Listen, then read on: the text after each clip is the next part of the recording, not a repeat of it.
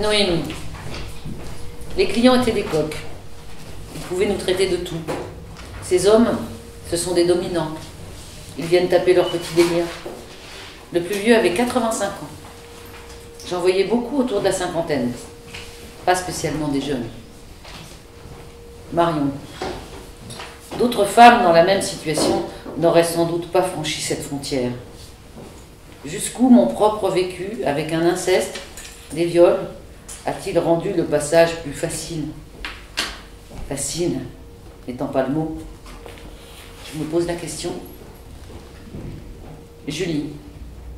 Pour se prostituer, il faut un état de concentration très particulier. Je prends des pétards, éventuellement des médicaments, des calmants. Faire ça, c'est être dans l'abandon d'une partie de soi. C'est une forme de mort. Mylène. Le plus lourd, c'est d'avoir été acheté. Tu n'es rien du tout. Je paye. On en prend plein la gueule. Je me sers de toi comme d'une bassine pour me vider. En plus, j'ai été volontaire. Je n'ai jamais eu de revolver sur la tempe. Quand c'est comme ça, on n'a même pas l'excuse d'avoir été une victime. On a choisi. Mais choisi ou pas, le traumatisme est le même. Le pire là-dedans, c'est les clients. Tant qu'il y aura des clients, il y aura de la prostitution. Il faut leur dire, si vous saviez ce qu'on pense de vous, à quel point on vous déteste, on vous méprise de nous acheter pendant qu'on vous appelle chérie et qu'on vous flatte. Il faudrait placarder des affiches de 4x3 pour qu'ils comprennent. Pour oublier, il faudrait que je devienne aveugle, que j'ai plus de mains, que j'ai la maladie d'Alzheimer. Donc Mylène, pour supporter, on ferme les yeux. Je mettais mon bras devant mon visage avec mon parfum dessus. Ça permet de protéger une part de soi, une part qu'ils n'auront pas. Il y avait aussi le Valium. Sans le Valium, j'aurais pas pu. Ça se voyait pas, ça coûtait rien à côté des sniffs des autres. On prenait toutes quelque chose. Certains clients nous demandent pourquoi on est là. Ce qu'ils veulent entendre, c'est qu'on raffole du sexe, qu'on a besoin de jouir 10 fois par jour. C'est leur fantasme. Au lieu de quoi, jamais aucune fille que j'ai connue n'a eu de plaisir.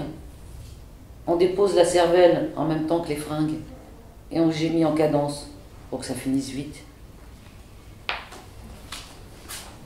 Rosen. Et puis j'ai arrêté. Et j'ai mis des mois à réaliser.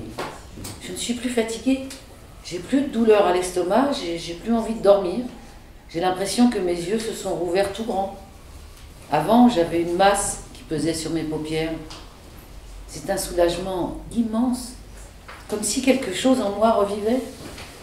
Mes yeux qui voyaient trouble, je pense que c'est parce que je ne voulais plus voir le monde. Avant, je me levais courbée. C'est fini. Je me surprends tous les jours. Je n'arrivais même plus à me laver. Je n'avais plus de plaisir à rien. Faire le plein, les courses, tout était devenu surhumain, infranchissable. Même mettre une paire de chaussures. Mon corps était épuisé, mon cerveau encore plus. Mon médecin ne comprenait pas. En fait, je me suis autodétruite. Si j'avais continué, je serais morte. Raphaël. Au début, j'allais aux permanences tout en continuant la prostitution et la drogue. Et puis, je me suis dit, je vais aller voir une association pour me désintoxiquer. On m'a donné du Subutex et j'ai fait une tentative de suicide. Puis, j'ai eu 5 ans de méthadone. Au bout de 5 ans, c'est moi qui ai voulu arrêter.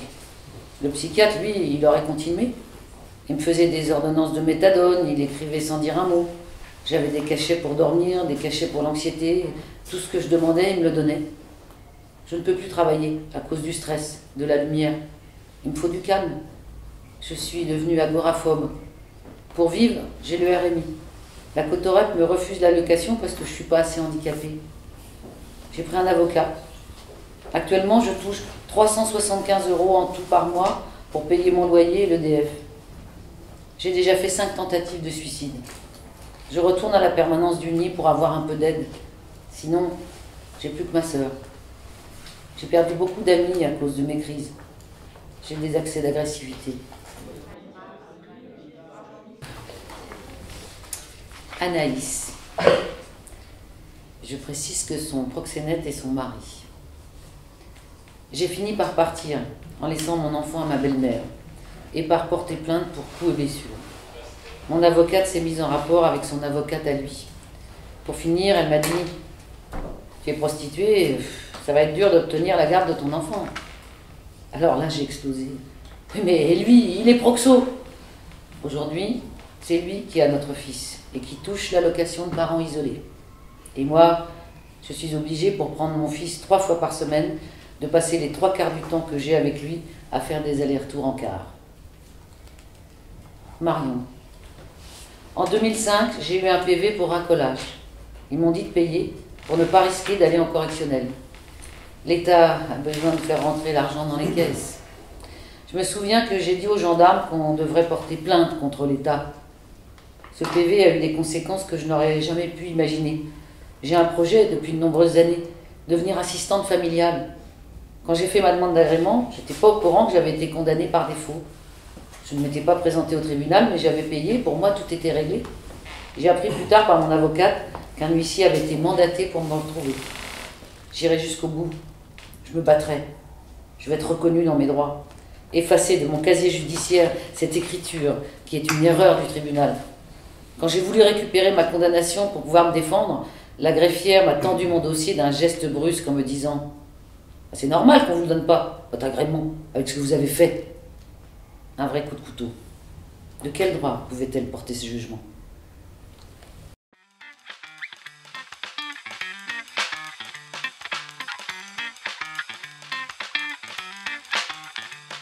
Откройте форточку. Откройте. Не бойтесь свежего воздуха.